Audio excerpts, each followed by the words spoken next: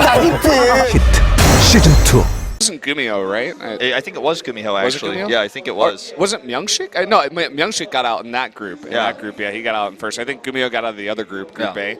So, I mean, Myungshik also, if we get into the finals and SKT is there and we go into that, I think we do a best of 7 instead of a best of 5 in the same format. So we could see Myungshik pop his head out. SKT they're hurting for some players to come out, and Myungshik just comes out of nowhere essentially. We haven't seen him in a long time in Pro League, and he's like, I'm just going to 4-0 this group, no big deal. Yeah, Myungshik is one of those sleeper players that SKT hasn't been fielding as much maybe as they should, but he's improving in the background. That's one of the cool things about having a big roster is suddenly players like that just pop out. Remember when Zone was doing really well, and everyone was like, oh my God. I guess he is an SKT Protoss, so he's doing really well. I mean, he's playing with the best players in the world at that time. SKT currently in, I still believe, last place. Am I not? No, second to last place. Yeah. Tied in last place. Yeah, tied with Samsung. Tied in last place with Samsung. So, not right now the best player in the world, the best team in the world in this round right now, no. We'll see what happens in Grand Postseason, but for right now, definitely no. But they've had some tough times. The rest of the teams, though, are on the up and up. When you see players like Curious, Gumio, Super suddenly killing it alive, I'm like, man, what if the Pro League season for 2016 started right now? We're in a different world where all these players that were considered weak are now so strong. And some people are saying, well, the SKT players, they haven't been performing for a while. That's true, but they're still strong players because they have results, histories, championships behind them, so they can come back to full form. But these players who haven't ever looked this good are looking like they're on top of the world right now. Gumiho, he could make a top 4 right now, I think. It's funny that this hasn't really happened for a while. Like 2014, 2015, the best teams were the best teams. The best players kind of did their thing. There was that one weird moment in round 2. MVP took the win. Billy all killed all of it, or of KT, right? Yeah. And that's right.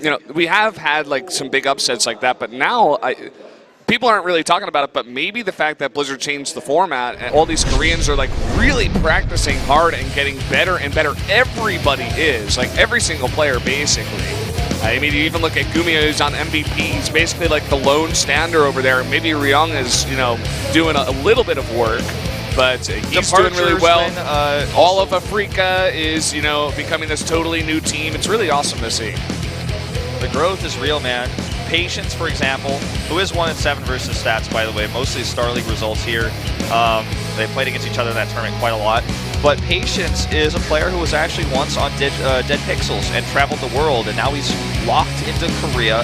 And can he make his mark as the rest of the players who have been locked in Korea have so far? We're going to find out here tonight again versus Stats. I'm really curious to see the prediction on this one. Did anyone go for Patience? No. Even after Stats' loss. And I did believe he took the 0-2 against Myungshik, if I'm not mistaken, in that GSL group. But before that, his PvP always looked really good, really stellar. So that's part of the reason why I voted for him here. Patience, he has his moments. And he had that one moment 2 weeks ago where he killed... I forget exactly who he won against, but he also won in the ace match, and he was looking really good. But since then, he took 2 losses. Hasn't really been as solid as he was during that time. So yeah, he has taken some losses, but I feel like Patience has not taken as many recent wins, and it's a vote against him more than it is a vote for Stats, I'd say. For sure. Let's get into game number 2 here on New Gettysburg.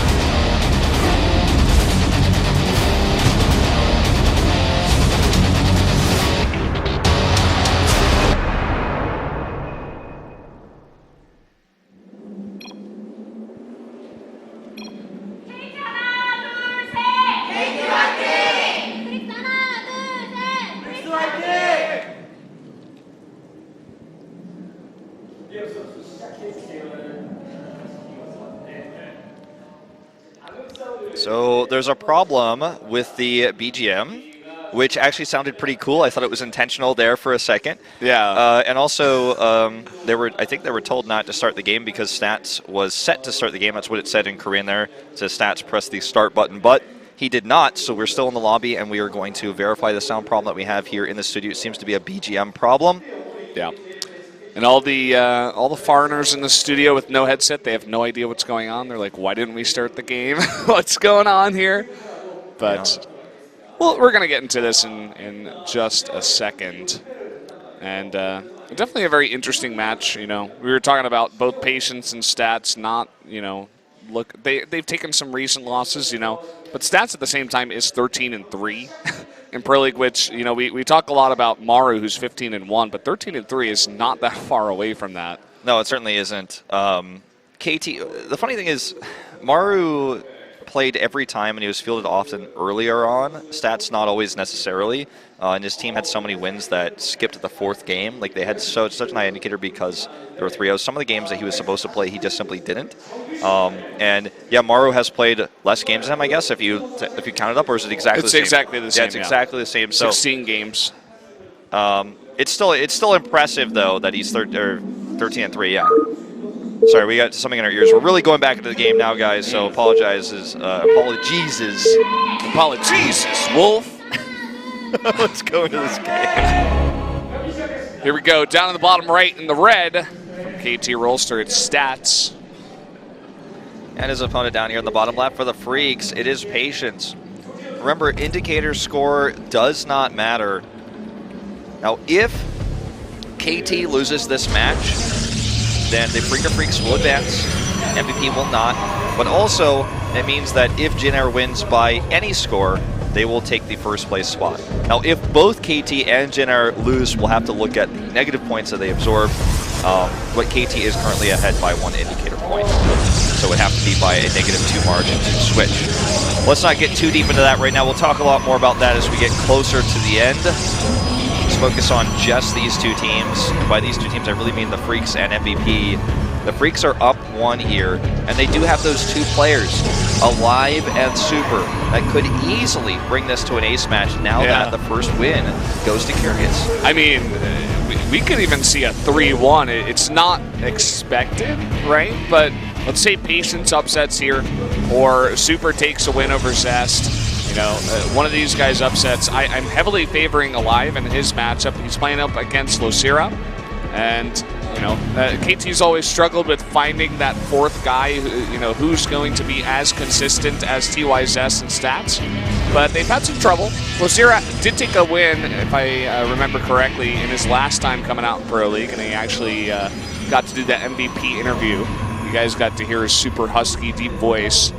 And yeah, Leenock took a win off Cure in the match versus Jin Air. So, like, they both have their merits, and it's oftentimes, I think, just based on their personalities and their personal feelings about the maps as to which one gets chosen. It's not like one is the fixed fourth player, which oftentimes the SKT and KT teams went for their fourth player. It was always, like, just decided.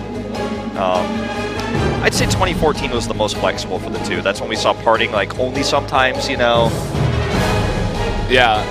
Sorry to make that sound and to cut you off there, but 2 Zealots were made, and then he switches them and makes an early Nexus. He made these 2 gates, and I think with the Scout, he's like, oh, you're not doing anything crazy. I don't need the defense. Let me just make an early Nexus. And very, very interesting. Really the only person who was doing the early Nexi in PvP was Super, and he actually got punished twice by Hero, if I recall, and that was only on Frost, a giant 4-player map. So Patience trying to get a bit cheeky here. This is so smart. We talked about this for days and days and days on New Gettysburg about how this was going to become the standard. The pylon block. Now he's got the SCB, or not the SCB, the Stalker to block the Mothership Core, and there's actually just at this moment in time, literally no way for Stats to know that his Nexus is behind. Right now, he's making 2 sentries with that. They'll give him some scouting information, but it's also kind of like, okay, what if he's doing it all, and I need these to defend? But he doesn't absolutely need those to defend right now, but because he doesn't know, he's playing it safer, which is actually, because of the amazing build that Patience is showing us, the incorrect choice. And the 2 Adepts are going to scout this as it finishes and as his sentries finish as well, so he can't even alter his build. But he'll get a good scout off here. Let's see if he wants to do anything. I think I actually mixed up the players and said Stats was going for the early Nexus, but you're definitely correct. It's Patience, just because at the top the names are on the opposite sides. Yeah, this happens in mirror matchups for me all the time, so don't feel bad. It's kind of confusing and probably not the right way to do it, in my opinion. But anyway, we have a very aggressive gateway here for Patience. Almost makes me wonder if he's just going to push with this. Yeah, you know what? He hasn't made any probes. he stopped at 25, and maybe he lets Stats scout the Nexus, and then he just goes into a very aggressive kind of all-in play. Yeah, it's like it's a trick. He's tricking. It's a gambit. He's tricking Stats. He's gonna bamboozle him. 3 Stalker Warp in here. He could wait for 3 more even, but he's definitely going to go with the Oracle to distract. These sentries are not in position here. They're worried about the Oracle. They're not near the ramp. And here we go. This pylon's already under fire. And it's not going to get much of an overcharge on it. Actually, probably shouldn't even be overcharged. It's almost dead here. Down it goes. Nice force fields there by Stats, but look at this. Even the Oracle coming in, snipes a sentry and gets away with 2 health. Yeah. 2 health left on that. 3 more Stalkers. Here they come. And this is very difficult to hold. He doesn't have a good pylon in position. The whole build here is to try to snipe that pylon first so you can actually take a good fight. Not actually getting very good damage done with these Stalkers, though. He lost way too many. He was on move command for a long time. And Stats has control of the top of the ramp here. And as you said, the pro production was stopped. He made 2 more since then. He has since restarted pro production, but this is a way better situation for Stats. Probe count aside, yeah, he's up 7, but he also has an Immortal about to pop out. He has the tech advantage. I don't know if Patience can make this work anymore. I think it's over. You know, you see this, the pylon's done. He's got the Mothership Core and an Immortal. I think the second he sees that Immortal, he's like, okay, I have to back off because he's not going to do damage. And well, do you remember the SSL, the end of Season 1, when Stats 4-0'd Patience? This looks a lot like game number 4, where Patience was like, I don't know, I'm so far behind, I'm down 0-3, I gotta do something crazy, aggressive build. And then the micro is just not there, the control is not my good, mind, right? Man. I was literally thinking of the same game. This feels like the same game. I feel like that game was on Overgrowth, if I'm not mistaken, but like, besides the map difference, this feels like I'm watching the exact same game. At least this time he turned around and didn't try to take an even worse fight and then just type GG. So, yeah, this is a game that he can recover from, but it will be based off of Stats' mistakes and his perfect execution of literally everything else he does after this. I don't think Stats is going to let it happen. He's actually making 5 more gates, and he has a War Prism. He can Elevator. There's so much he can do. He can, like, actually do sets of elevators here to push up into the natural or the main base and do a big warp in. 5 gates about to finish. He's going for the glaives. Not even really necessarily going to finish here before he kills Patience. Yeah, I like this play. I mean, generally I would say you're ahead. You don't need to do this, but he knows he's very far ahead, and he doesn't want to give Patience time to catch up here. He wants to use that Immortal to his advantage. He knows the tech is behind them, that he shouldn't have any Immortals, so that's a very big moment where you're very far ahead in the PvP in terms of composition. Looks like he's playing it slow. Nice pickup there, saves all the Adepts. This is one way that Patience can come back. Patience is starting to realize what's going on. He's going to snipe this Warp Prism. Very well done. Good target with the pylons as well as all of his Stalkers. This is the kind of thing I was saying. I was like, well, if Stats makes some mistakes here and he makes all the right choices, he can come back. He's getting his glaives. He's reacted to what's happening. He's also gotten a faster forge. He's taking that risk because he knows there's a chance he just dies anyways. He needs to take every risk in the book. He has to, like, take risks in, like, the prequel of the book, okay? He has to take every risk. Yeah. And this is one of them. And he is going to get ahead in the upgrades as a result, if he survives. Yeah, not the cleanest game we've seen. Control mistakes from both players here. I think once you save those Adepts, you put that... wow, he doesn't even kill the probe. He doesn't realize it. Okay, it's like, wait a minute. He's like letting him build a Nexus first. He's like, yeah, go ahead and try. We'll see what happens. Stats like checks every... he didn't say that he didn't kill the probe, but he checks every unit. He's like, I should have 1 more kill. It goes back to kill the probe. He's going to leave this free Stalker here as well. I mean, small mistakes, baby steps maybe here for Patience. Neither of these things are game changers, the like late probe kill and the lost Stalker, but still, the elephant in the room is that big stats blob on the minimap says, you cannot take a 3rd base. I will not allow it. I have the bigger army. He only has 1 Immortal with this. He didn't actually rally any further across the map, but he still has a larger army. Big difference is 21 Adepts to 4. I can't believe they're almost exactly equal. He's pushing out Patience's. This is a mistake. This Shade will be committed to.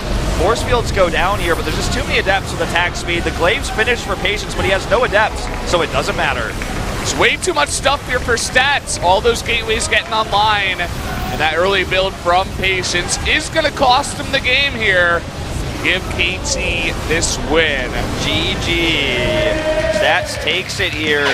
And man, you read my mind when you said it reminded you of Game 4 when they played against each other in the SSL, and that's the alternate ending. If in that Game 4 Patience had just suicided, that's what would have happened. I mean, the game was over no matter when you look at it. But with this win, KT brings it back 1-1. Had a scary moment there with the freak curious victory over TY. And, you know, Patience just seems to have some of the block versus this player in particular, and it continued today on New Gettysburg. Yeah, gonna go down there. I thought that was, you know, outside of the Curious game, probably the one game that was probably not going to be an upset. But this next one, Zest versus Super, anything can happen. Super's been showing a lot of innovation in this matchup, trying out new stuff, and he's been doing quite well for himself, whereas Zest